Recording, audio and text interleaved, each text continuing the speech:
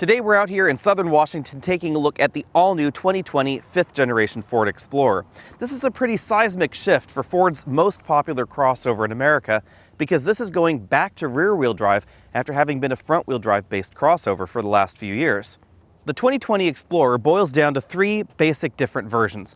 We have the base 2.3-liter engine, we have the optional hybrid system, and then we have the 3-liter twin-turbo V6 in two different power levels. I separated things into three separate videos to make it a little bit easier to digest. If you want to know more about the hybrid, which I'm standing right next to, or the ST and Platinum versions, there'll be videos on those on the channel. Be sure and check them out. The ST video is coming out a little bit after this one. Up front, we find a design that's instantly recognizable as an Explorer and instantly recognizable as a Ford, but at the same time definitely more modern than the last generation model. Things are definitely more flowing, more aerodynamic up front, and this reminds me in a number of ways of the current generation Land Rover Discovery. For the fifth generation of the Explorer, Ford decided not to change the formula too much, so this is right around the same size as the outgoing model at 198.9 inches long. That puts this more or less in the middle of the three-row crossover segment in America. This is 6 inches shorter than the Chevy Traverse, but 3 inches longer than the upcoming 2020 Toyota Highlander. The switch to rear-wheel drive is obvious when we look at the front of the vehicle. We have the front tire pushed further to the front, and then we have a slightly more pronounced hood than we've had in the last generation model. But you'll also notice that the hood is not as long as something like the Dodge Durango because this hood was not designed to accommodate a large V8 engine like that Dodge crossover was. As we move towards the rear, we have a fairly upright rear hatch that helps improve overall cargo practicality, a pretty decently sized window back here for the third row passengers, and then you'll notice that we have really more curves along the side of the vehicle than sharp creases like we find in some of the competition. Ford has chosen to keep the tail lamp modules just over here on the body rather than stretching them onto the liftgate, giving us a slightly cleaner look than we see from some of the competition out there. And they tell us that the opening back here when we open the liftgate is going to be enough to put a 4x sheet good in the back. So if you want a 4x8 sheet of plywood in your crossover, you could do it sort of in the Explorer. It's going to hang out a little bit though. Down here at the bottom of the bumper, we have well integrated parking sensors, and most Explorer models you'll find on the dealer lots will have dual exhaust. This model has the 2-inch receiver and 4-pin wiring harness connectors right back here, and there's no cover covering this area off like we do see in some of the competition. Some folks may like that, some may not. Personally, I end up keeping a ball connected to my vehicle most of the time, so for me, I prefer a cleaner design like this that doesn't look funny when the cover is off. Active safety technologies are very important to many cross shoppers in America, and that's why all versions of the Explorer, including the base trim, come standard with Copilot 360, Ford's all-encompassing safety system. This includes blind spot monitoring, lane keeping assistance, autonomous emergency braking with pedestrian detection, and auto high beams. But if you want things like adaptive cruise control, then you have to step up into the optional Copilot 360 Plus package, which this particular model has. Now it's time to talk about the big change for the Explorer, what's under the hood. The Explorer has gone back to a rear-wheel drive layout. There are a number of reasons for that, and the most important of them is we can get more power under the hood than we could in a front-wheel drive design. The base engine under here is a 2.3-liter 4-cylinder engine producing 300 horsepower and 310 pound-feet of torque. This 2.3-liter engine is the one that most folks out there will be buying in their Explorer. Again, it's mated to a 10-speed automatic transmission, sending power to the rear wheels by default, but an all-wheel drive system is available as well. If you're watching this video in Canada, we're told that the all-wheel drive system will be standard in your country. Also available under here is a 3.3-liter hybrid system that uses a very different hybrid drivetrain design than we see in the upcoming Ford Escape for 2020. This is again a rear-wheel drive hybrid design, and it's available with a mechanical all-wheel drive system. If you want to know more about that, there's a separate video on our channel that will produce 318 horsepower. Then we get a 3-liter twin-turbo 6-cylinder engine in two different power tunes. 365 horsepower if you get the Platinum version of the Explorer, 400 horsepower if you get the ST. There's a separate video on the ST that will be coming up soon as well. I don't have fuel economy figures at the time I'm shooting this, but if they are released by the time this video goes live, then they will be over there on the side of your screen. I expect these to be pretty similar to most of the competition's 4-cylinder entries. Why does rear-wheel drive matter? Well, to be perfectly honest, for some of you, rear-wheel drive won't matter at all. And for some of you out there, rear-wheel drive may even seem a little bit scary. But the rear-wheel drive nature of the Explorer means that this is going to be more fun to drive than something like a Highlander or a Pilot. Because the weight balance has been improved by the rear-wheel drive layout. We don't have official figures, but this is probably pretty close to 50-50 weight balance. Exactly the same sort of thing that we see in modern BMWs and Mercedes. The next obvious benefit are the high horsepower and high torque figures that we see available in the Explorer. Those simply wouldn't be possible with traditional front-wheel drive transmissions. And lastly, there's towing ability. The Explorer has definitely been designed to tow, even though towing capacity is not as high as some of the competition.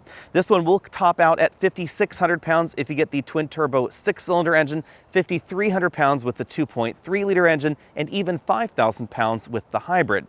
Now those towing figures are obviously not as high as the Dodge Durango, which will tow up to 8,700 pounds, but the way that the Explorer tows and the way that the Dodge Durango tows are very, very similar because of that rear-wheel drive layout. The drive wheels are back there at the back of the vehicle when you have a lot of tongue weight on the vehicle or a lot of payload back there in the back of the vehicle that's giving you extra traction in the rear. So especially if you're looking at a two-wheel drive option in this segment, this is going to be a lot better to tow with than a front-wheel drive, two-wheel drive vehicle. After spending 2 days with the Explorer, I found these front seats pretty comfortable, although the ones in this trim are not as adjustable as some of the competition. We just have a two-way adjustable lumbar support. We do, however, have a powered tilt telescopic steering column, which is a nice touch in a mid-range trim, and then a 3-position memory over there on the driver's door. The last generation Explorer went front-wheel drive for the same reason that most of the Explorer's competitors are front-wheel drive: overall packaging efficiency. And that refers to the size of the vehicle on the outside versus the size of the vehicle on the inside. Ford has tried to maximize this new Explorer as much as possible. It's obvious when we look under the hood that this was not designed to accommodate something like the 6.4-liter V8 that we see in the Dodge Durango. So overall packaging efficiency in here is definitely above the Dodge Durango.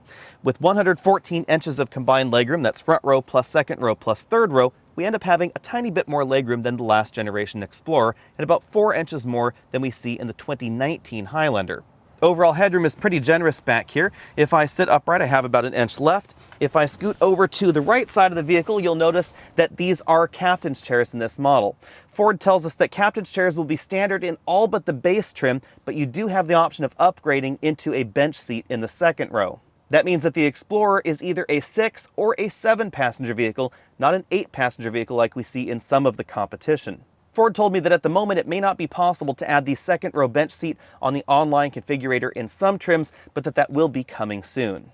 Getting into the third row can happen a few ways. You could go right here through the middle if you get the captain's chairs. You can also slide these seats forward if you had a child seat latched into place and try and squeeze there through the side, or you can tilt and slide these seats forward right like that. You could of course also fold them completely flat. It's worth noting, however, that none of these motions will allow you to keep a child seat latched into place and still access the third row in an easy fashion. For some reason, that's a feature that we don't really find on too many 3-row crossovers out there. It's really just limited to something like a Mazda CX-9, the Volkswagen Atlas, and the Nissan Pathfinder. Hopping back into the third row, we find a surprising amount of room back here. I can very comfortably sit in the front row, the second row, and the third row with a little bit of legroom left in each row. I also have a decent amount of headroom back here.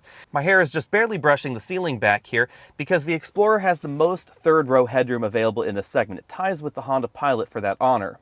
Admittedly, the seat bottom cushion is closer to the floor than we find in some of the competitive 3-row crossovers out there, but I could still sit back here for some time if I had to, and Ford is not trying to put 3 passengers across the third row like we do see in the Highlander and the Pilot. At this point, you're probably thinking, hang on, I thought he said rear-wheel drive vehicles were less efficient in terms of packaging than front-wheel drive vehicles.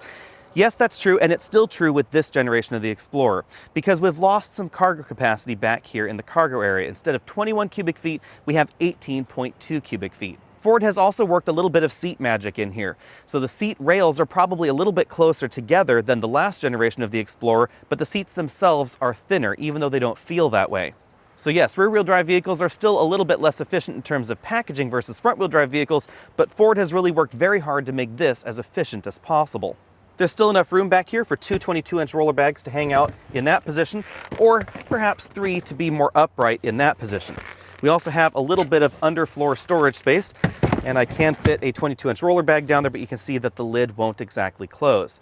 Ford has retained the power folding third row seats to help improve overall cargo practicality, but again, there's not quite as much room back here as you find in the last generation Explorer or the average minivan in America. In case you're wondering, yes, there is still a spare tire. It's under that load floor section, and then under this mat and cargo divider, we find a temporary spare. In case you're wondering, I don't think you'd be able to fit a full-size spare tire in this well because some of the mechanism for that third row seat intrudes on that spare tire area right there. As we look around the interior, keep in mind that we are in the limited trim, so there are a lot of things that you won't see in the base model. We do have this large panoramic moonroof, for instance, that stretches all the way back there to over the second row passengers' heads. The shade is powered. The driver and front passenger get height adjustable shoulder belts and four-way adjustable ratchet style headrests. You ratchet these forward to adjust that angle. This vehicle has the optional leather upholstery, and the front seats are both heated and ventilated. You can see from this angle that the front seats are not terribly aggressively bolstered, so if you're looking for a vehicle that has a little bit more width in the front seat, this might be a good option for you. The front doors are made from a combination of hard and soft plastics. The entire upper section of the door is made from soft touch materials. We have some extra stitching right there to help dress things up, and then we have harder plastics down there along the bottom of the door. The limited trim we spent most of our time in has the optional B&O sound system, so we have some slightly different grills right there for the speakers. Moving over to the dashboard, we find two large air vents for the passenger. The trim changes depending on the trim level of vehicle you're in, so we have this sort of imitation wood trim right here in this particular model. We find soft touch materials above and below that trim line, but then we also have some hard plastics below that, like the door for the glove compartment right there. If I open that, we do find a bin-style glove compartment. I was just barely able to fit a larger tablet computer in there. In the center of the dashboard, we find a color touchscreen infotainment system. If you've seen some of the photos of the new Explorer, there's an even larger one that is in a portrait orientation, so it sticks up quite a bit higher off the dashboard. That is available only in the twin-turbo 6-cylinder versions of the Explorer at the moment. Down here, we find the engine start-stop button and then some physical controls for that infotainment system. As you can see, this touchscreen has full smartphone integration right there. The touchscreen runs Ford's latest infotainment software. This particular model has the optional factory navigation integrated into it. We have some direct access buttons across the bottom for the audio, phone, navigation, built-in apps. You can also click that button to find mobile apps, and then a settings option on the far right. This is where we would adjust certain vehicle settings. So for instance, if I click this vehicle option here, max idle, easy entry, exit seat, etc. That's also where we would adjust certain driver assistance systems, change settings for the built-in vehicle Wi-Fi, automatic updates, valet mode, ambient lighting, etc. Below the infotainment screen, there's a small storage area. There's a removable mat there, so you can see how big that is. You can definitely put some of the larger smartphones right in there. There's no wireless charging mat in that area. We then have some physical controls for that infotainment system: power and volume, tune, track forward, backward, a button to directly access the 360-degree or rear camera system, depending on the trim that you're in, parking sense enable disable button, and then the controls for the 3-zone automatic climate control system. Below the climate control buttons, we find a storage cubby where you could very easily store some of those larger smartphones, perhaps even some of those smaller tablets. There are two USB inputs, a regular USB and a USB-C port, and a 12-volt power port. The lid closes neatly over those, and there's even a little cutout so that way your cord can dangle out of there without crimping it with that lid. We have a rotary-style shifter right over here, pretty similar to what we see in other Ford products. There's a manual button right there in the middle if you want to engage that mode. Electric parking brake. There's a button to turn on and off the auto brake hold system. Enable, disable the auto start-stop system, and then these two buttons toggle the drive mode. Allows us to choose tow haul, sport, eco, normal, slippery mode, and trail mode. There are two large cup holders right there, and some additional areas where you could store smartphones. If you're wondering where the wireless charging mat is, it's located right back here behind this area. If I grab my smartphone out of here, you'll notice that we can stick it right there against that area. I do have to unplug it from the cable in order to charge it, however. Behind that, we find a center console storage area that's pretty deep. You probably could fit a gallon of milk in there if you really tried, and then the lid is softly padded and leather wrapped. The limited trim we've been driving has this partial LCD instrument cluster. If you get the very top end trims of the Explorer, then we get a larger full LCD instrument cluster that's 12 inches. The display changes themes based on the drive mode that you're on. For instance, we're in the trail mode there. If we move over to slippery mode, you can see that it changes. We have a normal mode, an eco mode, a sport mode, and a tow mode. This display is where we find off-road information, our trip computer readouts, the status of the rear seat belts, audio system readouts, average fuel economy, odometer, and distance to empty right down there at the bottom right. The steering wheel is a new design for Ford. It's round, it has sport grips up top, and this split bottom spoke right down there. We have paddles on the back of the steering wheel, down on the left, up on the right. The menu button, back button, and toggles control that multifunction LCD right there between the speedometer and tachometer. We then have track forward, backward. These also function as phone hang up and pick up, a voice command button, and then on the left side of the steering wheel we have the controls for the radar adaptive cruise control, volume up, down, and mute. Thankfully, Ford also puts the lane keep assist button right here on the steering wheel, so it's easy to turn that on and off. In our preliminary 0 to 60 testing out here in Washington State, We got 6.4 seconds 0 to 60 in this model. This is a limited trim, so this is probably going to be a little bit slower than the base model because it is a little bit heavier. That's a really, really good 0 to 60 time. This is about a full second faster than the Mazda CX-9 and notably faster than some of the 4-cylinder base models we still see in this 3-row crossover segment. It's also worth noting that we're at a little bit of elevation up here and it's 90 degrees outside. Both of those things logically have increased the 0 to 60 time in this vehicle. So when we get this at home, it might be even faster. In our braking test, it took 125 feet to stop the Explorer back from 60 miles an hour to a full stop. That's pretty short for this segment. You can likely thank the standard 255 width tires for that. If you get the top-end performance versions of this, then we get even wider tires up to 275 width. Those are things that we just don't find on mainstream 3-row crossovers. Generally, you'll only find tires that wide in luxury vehicles.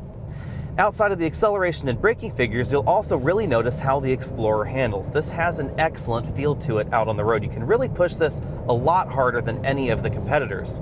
That's all due to the rear-wheel drive design of the new Explorer platform. This really has an excellent feel to it out on the road. And they haven't sacrificed overall ride quality too much in that. You'll notice that I'm not jarring my teeth out. This is a pretty smooth ride out on these rougher roads like this.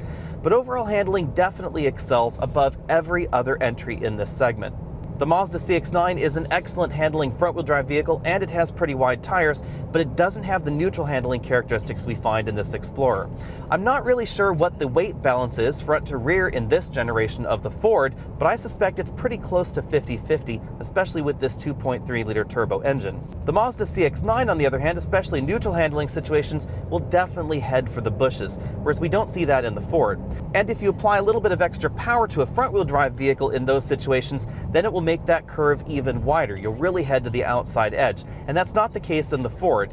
In the Ford, if you apply a little bit of power, it'll actually help you go around the corner, very much like we see in the Dodge Durango. But of course, this requires a Dodge Durango comparison now. This is definitely the better handling and better feeling vehicle out on the road. The Durango feels big and heavy compared to the Explorer. Now, admittedly, the hybrid version of the Explorer feels heavier than the model we're driving here, but even it still feels lighter than just about every version of the Dodge. I think Ford struck an excellent balance between ride and handling in this generation of the Explorer. This is definitely a little bit firmer than something like a Nissan Pathfinder, but it still has a pretty comfortable ride. So if you were to take the Explorer in more rugged situations, off-road, off those gravel roads, pothole dirt roads, that sort of thing, this is going to be more comfortable to do those sorts of journeys in. So if you're the kind of 3-row crossover shopper that has some mountain bikes or a kayak strapped to the roof and you need to be able to get down those rougher roads to get to where you're going, this is going to be more comfortable, especially if you're going to be on those gravel roads or those rougher roads for 30 minutes, 45 minutes, that sort of thing. We don't have any official cabin noise scores, but I'm going to guess this is probably going to come in right around 70 or 71 decibels. The cabin is surprisingly quiet, even though we do have those 255 width tires on this car. We've driven this on a wider variety of road surfaces than many press launch events. However, we haven't driven this at home, so we don't have an official score just yet. One thing that I will note is that the roof rails on this particular model do seem to have a little bit of a whistle at around 70 miles an hour. I'm not sure if that's something particular to this vehicle or if perhaps it's just a pre-production car. We'll of course find that out once we get one of these at home. It's also difficult to talk about fuel economy when we haven't been driving this on our own home turf, but I'm going to go ahead and suspect this 2.3-liter turbocharged engine is going to get pretty similar fuel economy to most of the competition. In real-world driving, it's probably going to be around 21 to 22 miles per gallon. The overall EPA score may be a little bit higher, and if you treat this very gently out on an open highway journey, I suspect you'll probably get right around 30 mpg. Ford has employed a front axle disconnect feature, so if you get the all-wheel drive version, it will disconnect the front axle out on the highway to help improve overall fuel economy. Of course, if you want the best fuel economy in an Explorer, then you'll want the new 3.3-liter hybrid, and if you want the best fuel economy in the segment, you'll probably want to wait for the 2020 Highlander hybrid, which will use a new 4-cylinder hybrid system, and that's likely going to get the best overall fuel economy. Before we move on, we should talk about this 10-speed automatic transmission. Some folks out there have said that they dislike the way the 10-speed shifts in the F-150 and in the Ford Ranger and even the Ford Mustang. If you dislike the way the 10-speed shifts in those vehicles, you're not going to like the way that it shifts in this. This transmission has a ton of gears to choose from, and the transmission is always trying to find the best one for the situation. Gear shifts are lightning fast. This in many ways feels like a dual clutch transmission more than a traditional automatic transmission, but some folks out there may dislike the way the transmission seems to hunt for gears a little bit. Ford also programmed this transmission to be very aggressive at torque converter lockup. That results in a very direct feel, especially when you're in first and second gear, and it can feel a little bit like a manual transmission or a dual clutch transmission, where you lift off the pedal and you get a little bit of bobblehead going on. After driving multiple versions of this Explorer over 2 days, I got used to that transmission feel, but if you're just taking a test drive in this, keep in mind that that is going to feel a little bit different, so be prepared for that. When it comes to the drive section, my personal bottom line is that if this could tow the heavier weights that the Dodge Durango could tow, I would probably trade my Durango in for this new Explorer. So how much will the Explorer set you back? Well, the XLT trim starts at $36,675. That is a little bit higher than most of the competition's base models. There is theoretically a base version of the Explorer that is $32,765, but at this moment it appears to be a fleet-only option. The XLT trim is better configured than most of the competition, however, and that's why it is more expensive. We get 18-inch alloy wheels, we get 255 width tires. Those are among the widest in this segment already, and those are the base tires we find on the Explorer. We get the power liftgate, LED headlamps, 3-zone automatic climate control, and keyless entry and keyless go. Perhaps more importantly, that 2.3-liter turbocharged engine producing 300 horsepower is standard in the Explorer. And remember that there are a number of entries in this segment that don't come standard with powerful engines like that. For instance, the Toyota Highlander comes with a naturally aspirated 4-cylinder engine, so does the Kia Sorento. So this really is the equivalent of most of the competition's top-end engines.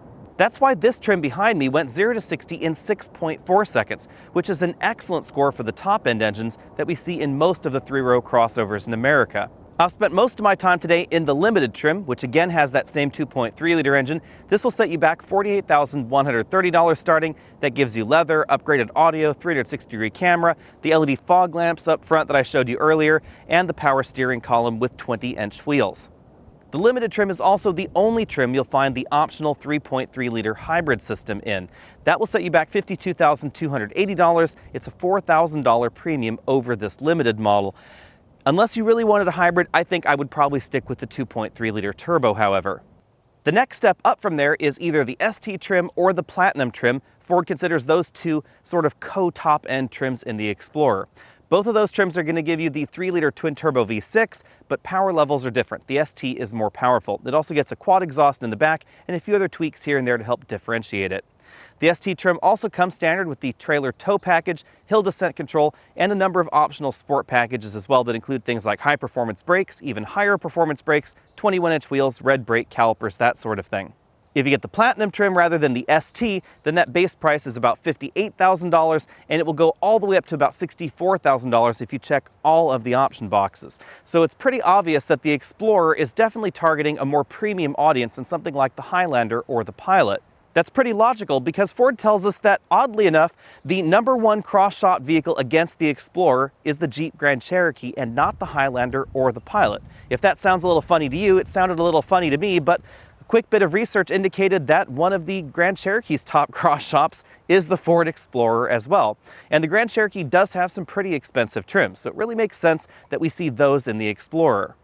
But I'm not here to talk about the 3-liter twin-turbo or even the hybrid versions of the Explorer. Instead, I'm here to talk about the mainstream versions of the Explorer and how this compares with mainstream competitors like the Highlander, the Pilot, the Sorento, the Telluride, the Palisade, the Pathfinder, and a bunch of the others that I can't even think off the top of my head at the moment.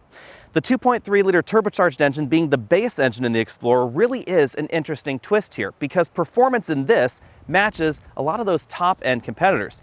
The average entry in the 3-row crossover segment generally goes 0 to 60 around 7 seconds, maybe 7.5 seconds. Some options are slower than others, but 6.4 seconds definitely puts this at the top of that heap. And that's really just where the Explorer starts. But aside from 0 to 60 performance, the Explorer handles better than any of those other entries either. And yes, I'm including entries like the Mazda CX-9. The CX-9 is slower than this 0 to 60, notably slower, but it also doesn't handle as well. The CX-9 has wide tire standard, 255s just like we find standard on the Explorer, but it's not a rear-wheel drive vehicle. And even though Mazda has done a lot of work to try and make that as light as possible, it just can't match the handling dynamics that we see in a rear-wheel drive entry like the Explorer. Since we're talking about rear-wheel drive entries, how does this compare with the V6 version of the Dodge Durango? I'd say overall it compares relatively well. The Durango will tow a little bit more. It's definitely designed for towing heavier weights than the Explorer, but the Explorer is going to be the better handling option. This feels an awful lot smaller out on the road. One thing that I've noticed about my own Dodge Durango is that if you're really pushing the vehicle harder, it feels like the rear end is very softly sprung. You can definitely feel the rear end lifting in those corners. If you apply more throttle, then it will help settle down a little bit, but the overall feel is not as engaging as what we see in the Explorer. This definitely feels more buttoned down and really more European. I would liken the overall handling dynamics of this vehicle to the last generation BMW X5. They really remind me an awful lot of one another. Of course, if you're not a fan of turbocharged engines, then that could be a problem for you, because this definitely has that turbocharged feel. There is a little bit of turbo lag, and the 10-speed automatic transmission, as I said before, definitely does a lot of gear hunting compared to some of those 6-speed designs that we see in the competition. Overall value appears to be pretty good in the Explorer. The XLT trim is a pretty good deal when you compare it to comparably equipped competitors. That comparably equipped part is important to keep in mind. Remember that base models from the competition are not the best corollary to the XLT trim of the Explorer, because we do find more standard equipment in the Ford. It's also worth noting that over time, the Ford is likely going to get a bigger discount on the dealer lot off MSRP than some of the Japanese options with which you might want to compare this against. You will, of course, have to wait until we can get our hands on one of these for a full week so we can do our complete review, comparison section, etc. But at the moment, I can easily say that the Explorer is a very exciting three-row crossover in America. We have a lot of usable room on the inside. This is hands down one of the most fun three-row crossovers I have driven lately, and that's including luxury crossovers as well. I really, really love the way the Explorer drives. So if you're looking for one of the most dynamic three-row crossovers available in America, put the CX-9 off the top of your list and put this in its place. The CX-9 still handles well, but the Explorer is definitely more fun to drive. You should also be looking at the Explorer if you're looking at towing heavier weights like a 5,000-pound boat, because even though the Nissan Pathfinder has a theoretical higher towing rating, this is going to be the better vehicle to tow with. The CVT that we see in the Pathfinder can't handle as much torque. We just don't have as much power available in that model. And the CVT doesn't have as low of a first gear ratio as we see in this. So this is going to tow an awful lot better. It's going to feel better out on the road when you're towing those heavier weights. But again, if you want to tow even heavier weights than about 5,600 pounds, you should be looking at something other than the Explorer, because that is where this tops out. With all that out of the way, let me know what you think about the 2020 Explorer down there in the comment section below, and let me know down there what you want us to compare this to when we do our full review coming up in the next month or so. If you haven't already done so, head over to facebook.com/AlexNautos so you can see what we're driving this week, and stay tuned because we will have a first drive review of the competitive Hyundai Palisade coming up very soon. The Palisade would be a very direct competitor to the base 2.3-liter engine in the Explorer. As always, if you want to support this channel, be sure and click that link up there at the top of your screen or hit the join button down there below this video, and I'll see you later.